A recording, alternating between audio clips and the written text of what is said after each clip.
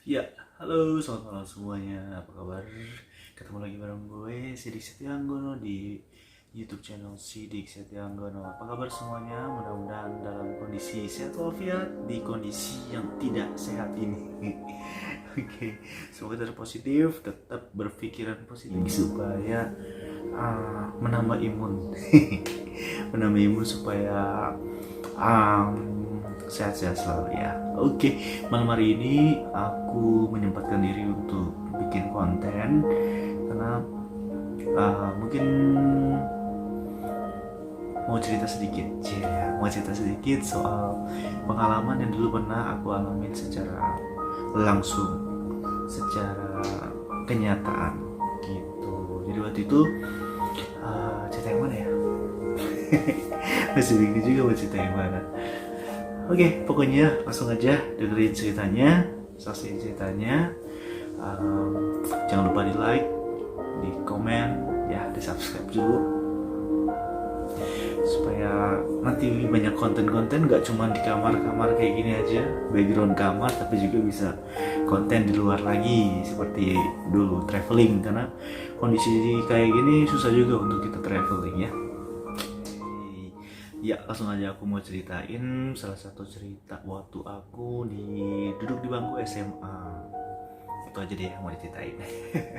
Nanti cerita yang lainnya bisa ceritain di episode yang lainnya mungkin ya. Jadi aku mau ceritain dulu zaman SMA itu mungkin dari SMP-nya dulu deh, dari SMP-nya. Waktu SMP itu aku kayaknya datang ke sekolah tuh hanya untuk belajar, kerja kelompok, bermain, terus pulang kayak gitu. Jadi jarang banget yang namanya berpikir untuk ikut satu organisasi, untuk join di satu perkumpulan apa, komunitas apa gitu. Itu kayaknya nggak pernah terfikirkan waktu aku ada di SMP kayak gitu loh. Jadinya mungkin juga ya waktu di SMP aku itu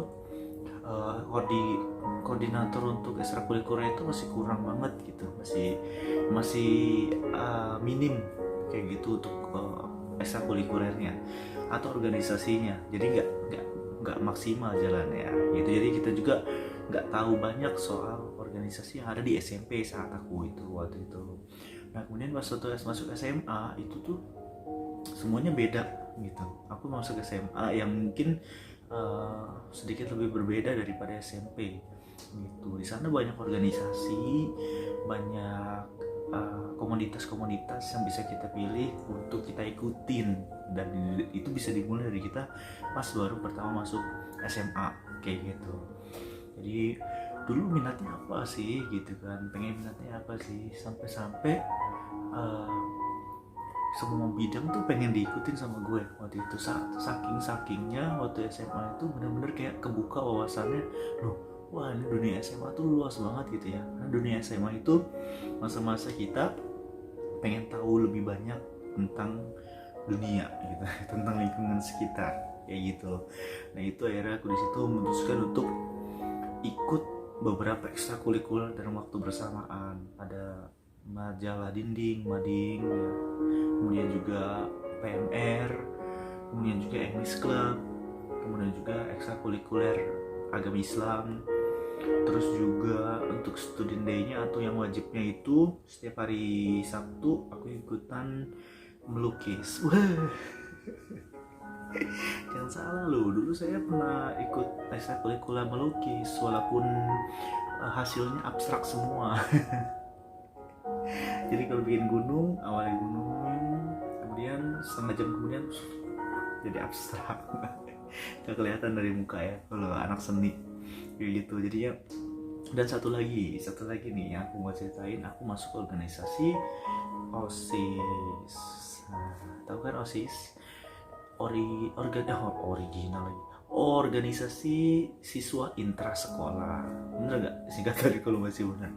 Nah, waktu itu masih kelas 1, jadi masih baru banget dan pengen tahu banyak hal. So, aku banyak ikut kegiatan di OSIS gitu.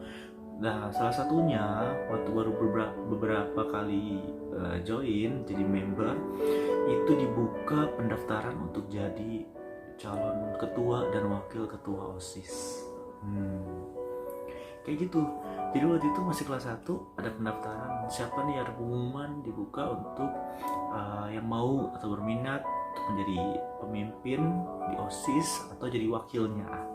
Ya udah, otomatis kayak jiwa muda ini menggelur langsung gitu ya. Kayak gitu, langsung pengen, wah, apa nih gitu ya. Jadi pengen tahu rasanya kayak gimana setiap organisasi yang aku ikutin saat itu.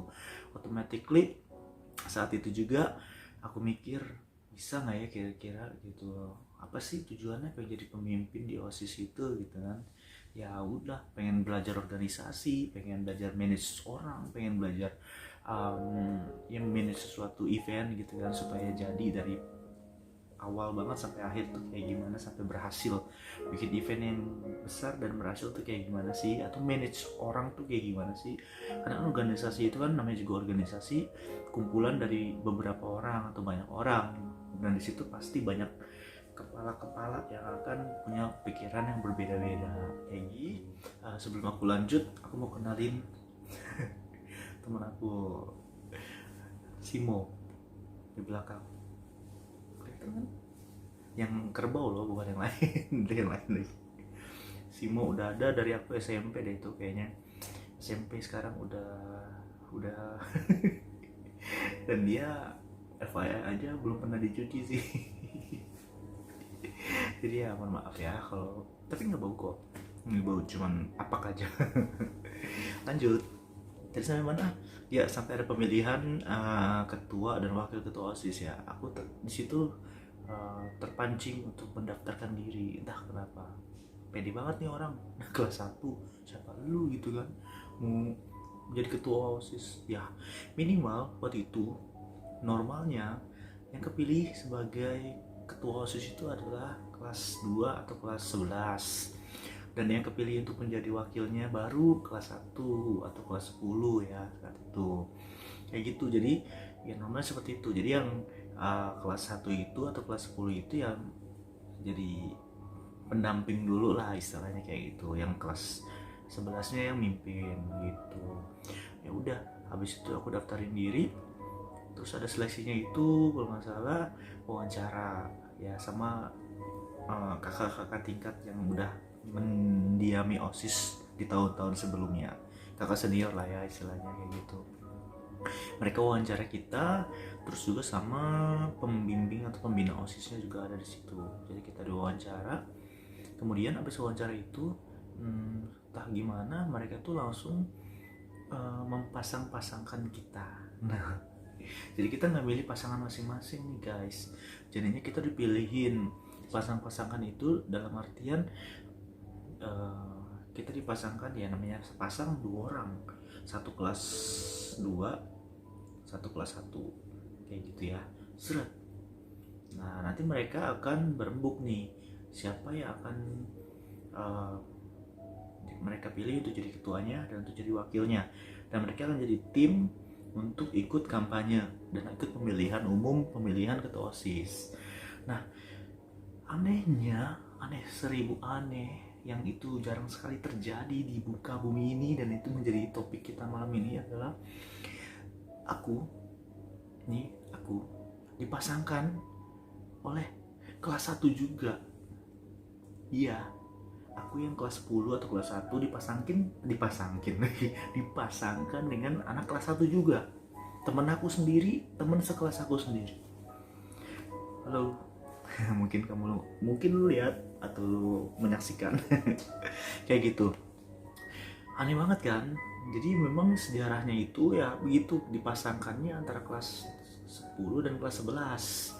Tapi katanya sih berdasarkan penilaian gitu kan, layak gitu nih 2 orang ini untuk ya bisalah menyaingi kakak kelas di kelas 11 kayak gitu. Jadinya udah mereka dipasangin, aku dan teman aku, nggak usah sebutin namanya ya gitu.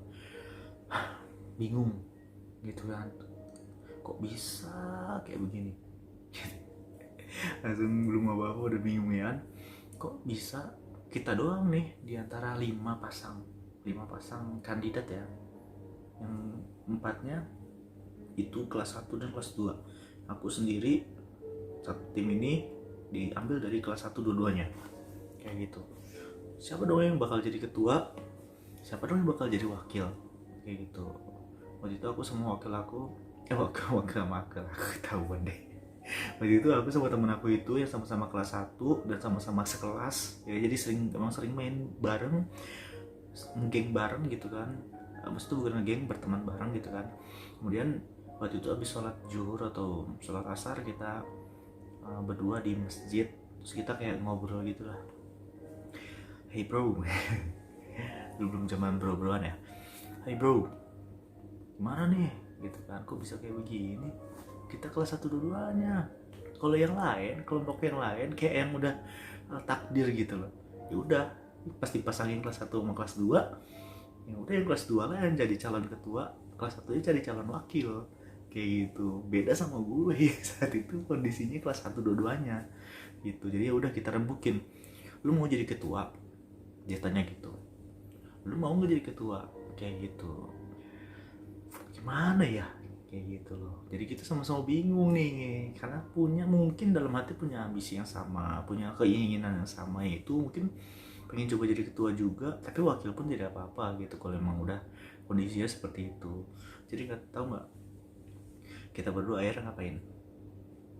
Tahu nggak kita berdua akhirnya ngelakuin apa? Tunggu di episode selanjutnya ya. Pokoknya jangan kemana-mana, Garing. Nah, akhirnya kalian bisa tebak nggak aku sama temen aku itu ngelakuin apa untuk menentukan siapa yang akan menjadi ketua dan akan menjadi wakilnya, pendampingnya. Simple banget. Waktu itu gue tanya, lu punya koinan nggak? Lu punya koin nggak? Ya udah, di koin 1000-an atau apa? Udah, lu pilih yang mana? Dulu koin 1000-an ya, kelapa, pohon kelapa sama apa ya? Sama angka 1000-an. Ya udah, masing-masing. Aku lupa, aku pilih yang mana nih, pilih yang mana. Pokoknya pas dilempar, pas dibuka, namaku yang masuk. Namaku yang keluar kayak gitu. Ya udah, sesimpel itulah. Karena sakingnya kita bingung, karena kita satu letting, satu sejajar gitu ya, kelas 1. Jadi kita bingung, daripada kita main adu-aduan siapa yang lebih kuat, siapa yang lebih pintar, siapa yang lebih jago, kan kita juga bingung. Karena kita emang basically udah berteman, karena kita sekelas kan. Resek kakak kelasnya ya, mau menghancurkan persahabatan kami. Akhirnya ya emang basically kita udah berteman. So kita putusin dengan uang koinan 1000-an. Dan yang itu diputuskanlah aku yang jadi ketuanya dan teman aku itu jadi wakilnya, seperti itu. Dan dari situlah dimulai perjalanan kita berdua mengarungi samudra derasnya. Jadi pernah ngalamin juga yang namanya kampanye, geng ya, kampanye. Jadi waktu itu sesinya mulai dari kita kampanye ke kelas-kelas. Jadi kita masuk tuh jadwal, karena minta izin ke kelas untuk berapa menit untuk kampanye, 5 pasang kandidat itu ya, masuk ke kelas, menyampaikan visi misi, menyampaikan data pribadi, terus menyerukan untuk pilih nomor berapa ya waktu itu, kayak kita nomor 5 terakhir, benar. Babak pertama penyisihan pertama kita ada 5 orang, aku nomor urut 5 sama teman aku kayak gitu. Kemudian ya udah, berkembanglah isu di masyarakat, di para siswa dan murid kayak gitulah. Mulai mereka saling memilih nih, mau yang mana, bodo amat, asal mana, pilih yang mana, sampai pemilihannya pun diadain di lapangan. Terus masing-masing kelas sudah datang ke TPS ya, namanya TPS ya, kayak biasa TPS pemilu itu, masing-masing kelas bergantian ngobros gitu kandidatnya gitu, sampai diumumin akhirnya ya. Alhamdulillahirabbil alamin, waktu itu dari 5 kandidat dipilih jadi 2 kandidat dan kami termasuk dalam salah satunya. Yeay. pilih nomor 5 itu berhasil, geng. Jadinya kita masuk seret, jadi 2 terbesar. Itu dari 2 voting terbanyak di sekolah saat itu, men. Ya ampun, mimpi apaan nih gitu kan, seorang Sidik gitu dipilih sama masyarakat. Itu berapa siswa ya, ratusan ya, banyak banget kayak gitu. Dan mereka akhirnya mempercayakan pilihannya atau votingnya ke kita berdua kayak gitu. Walaupun ada selintingan juga, selintingan yang mengatakan kalau misalnya kandidat aku atau pasangan aku atau wakil aku itu memiliki paras yang tampan. Iya, katanya parasnya tampan, ya kan. Jadi mungkin ciwi-ciwi saat itu kan kelepek-kelepek padanya gitu. Padahal ya tampangnya Sidik juga nggak kalah-kalah ya waktu itu. Malu sendiri deh gue itu. Tapi ya kita buktikan lah kalau misalnya memang kita waktu campaign juga menyatakan hal yang memang kita mau perjuangkan waktu kita jadi pemimpin, nggak cuma dari tampang doang kayak gitu. Yang beberapa orang menyampaikan seperti itu, yang mungkin mau iri atau mau menjatuhkan atau seperti apa ya, namanya juga lagi kampanye kayak gitu. So many kind of opinion discuss in sosial ya, jadi pasti rame pada mereka membahas para kandidat gitu. Jadi ya lanjut lagi, kita terpilih 2 kandidat, nomor urut 1 dan nomor urut 2. Satunya teman aku juga, kandidat yang lain nomor urut 1, dan aku sama teman aku itu kandidat nomor urut 2 kayak gitu. Akhirnya kita habis itu akan melanjutkan ke kampanye selanjutnya, kita balik lagi ke kelas-kelas lagi untuk kampanye selanjutnya. Dan satu lagi, kita kampanye waktu upacara coy. Upacara nih hari Senin, pengibaran bendera, pidato tuh kepala sekolah, pembina upacara, selesai kita naik kampanye terakhir kayak gitu, untuk menyampaikan visi misi lagi secara umum, secara semuanya di pagi hari itu pas upacara, untuk benar-benar yaitu final campaign kita untuk menyampaikan visi dan misi kita ke depannya seperti apa kayak gitu. Tapi pasti ya namanya kondisi seperti itu, emosi, fisik, mental itu diuji banget ya. Namanya harus ngomong di depan orang, harus menyampaikan apa yang harus kita janjikan gitu ke orang-orang selama mungkin ya setahun ke depan. Kalau misalnya kita memang benar-benar terpilih kayak gitu, itu kan bukan hal yang remeh atau hal yang ringan kayak gitu. Perlu dipikirkan benar-benar kita mau bikin apa sih selama setahun ke depan, karena apa yang kita udah janjikan ya itu yang harus ditagih sama netizen sama murid yang udah milik kita saat itu kayak gitu. Kayak sekarang kayak wakil rakyat aja, bisa nggak mereka memperjuangkan suara-suara rakyat? Bisa nggak mereka mendapati janji mereka di saat kampanye waktu awal? Kalau tidak bisa, jangan berani berjanji Anda. Udah cocok loh menjadi hidup mahasiswa kayak gitu ya. Jadi gitu, jadi kita yang ngomong ya harus memang ada faktanya, kita mau ngapain ke depannya, visi misi, pakai jargon segala macam ya, supaya kita dipilih dan memang apa yang kita dipilih karena kita sebagai amanah ya kita bisa jalankan, nggak terlalu muluk-muluk juga kita maunya kayak gitu. Tapi di sisi itu mungkin emosional juga, capek juga. Sempet pasangan aku itu calon wakil ketua OSIS aku itu bilang gitu pada suatu obrolan, dia bilang, lu serius beneran mau jadi ketua dan wakil ketua OSIS kayak gitu? Lu serius pengen kita menang di pemilihan ini? Dia bilang gitu. Ini beneran ya kayak gitu, bukan drama ya. Dia bilang kayak gitu sama gue, karena mungkin ini nggak akan mudah kayak gitu buat kita yang memang kondisinya masih kelas 1 gitu, masih bener-bener baru banget di SMA, belum tahu banyak hal, tiba-tiba langsung jadi ketua dan wakil ketua. Mungkin itu akan jadi PR yang besar buat diri kita pribadi gitu, mungkin bisa jadi kelemahan kita juga depannya. Dan pas kita naik ke 2 besar itu, 3 kandidat yang lain pun bisa dibilang ya kok bisa gitu kan, memicingkan mata, kok bisa ya mereka masuk gitu kan. Adalah omongan-omongan kayak gitu yang kita dengar gitu kan. Pastinya mereka bilang kalau mereka yang menang, gue nggak akan mau dukung mereka gitu. Sempat ada kata-kata kayak gitu loh. Jadi bener-bener yang itu ngejatuhin mental kita, ngejatuhin semangat kita yang tadinya udah meluap banget, udah siap gitu kan. Tiba-tiba ya di momen-momen terakhir di final section itu lah bisa ngedrop. Dan termasuk calon wakilku itu juga saat itu yang ngedrop gitu, bilang gak yakin kalau memang kita mau lanjut atau enggak gitu. Ya terus aku bilang gini, ya mau gimana, masa kita udah sejauh ini kita ngalah atau kita gak berbuat sesuatu kayak gitu loh.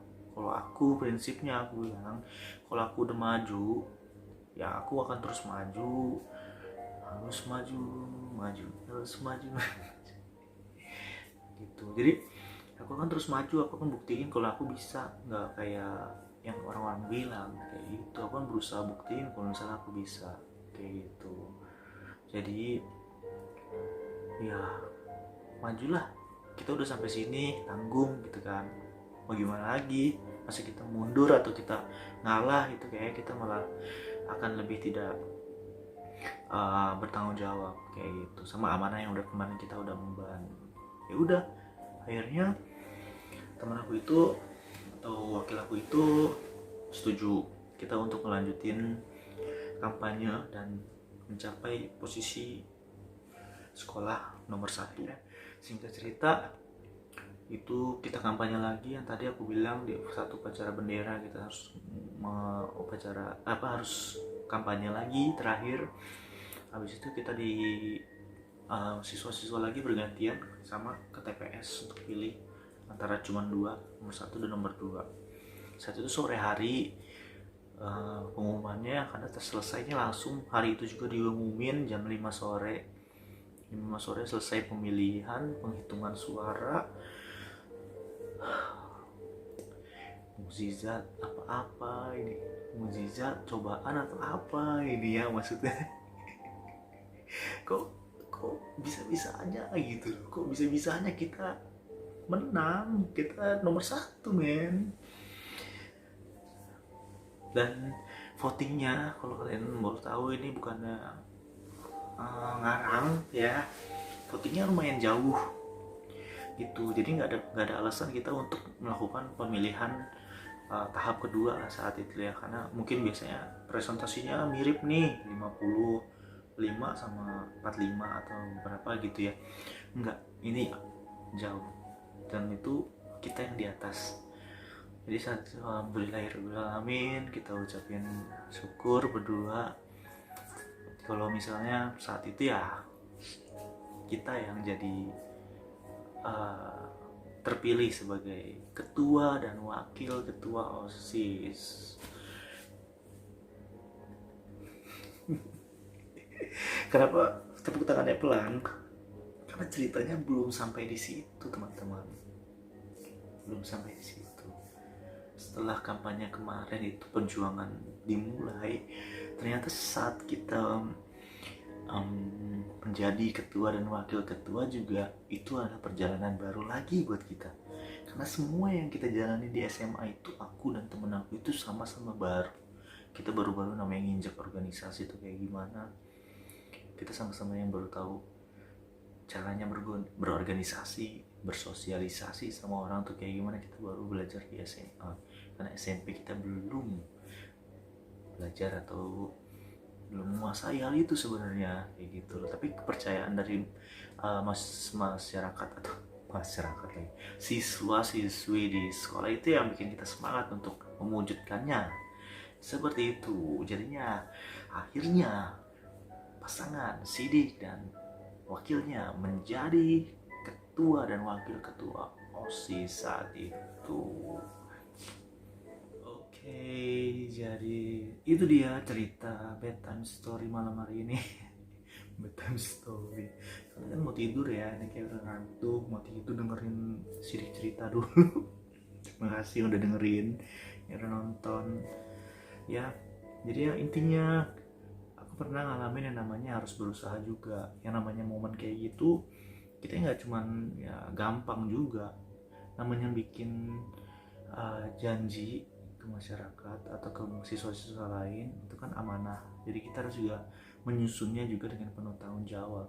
Aku sama wakil aku itu juga saat itu mikirnya bener-bener sampai ya kita benar-benar ngeluangin waktu Sabtu sama Minggu waktu itu untuk menyusun visi misi apa yang akan kita lakukan selama setahun ke depan kayak gitu.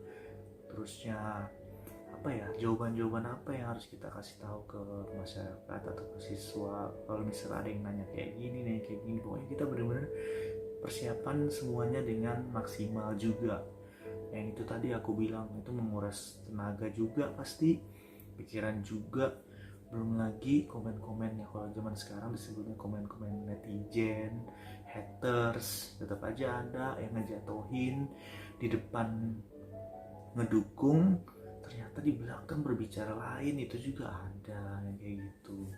Dan itu benar-benar nyata guys ya, jadi hati-hati kayak gitu.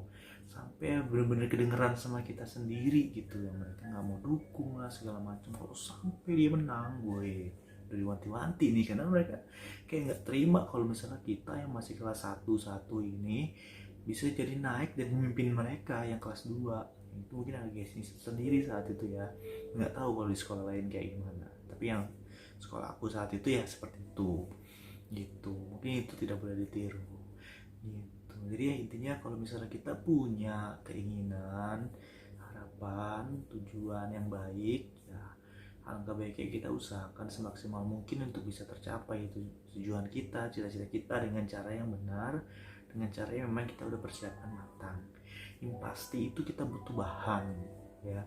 Kalau misalnya kita mau maju, kita butuh bahan ya, kayak kita mau perang, kita butuh senjata sama bahan baku gitu loh. Jangan main perang tanpa bawa senjata ya, mati konyol kan gitu.